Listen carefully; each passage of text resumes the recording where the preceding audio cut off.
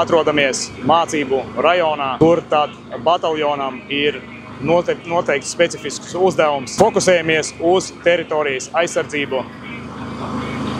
Esam sagatavojuši šķēršļus, integrējam netiešu uguni, integrējam vairāku līmeņu dronus un to visu saliekam kopā ar mehanizēto kājnieku spēju.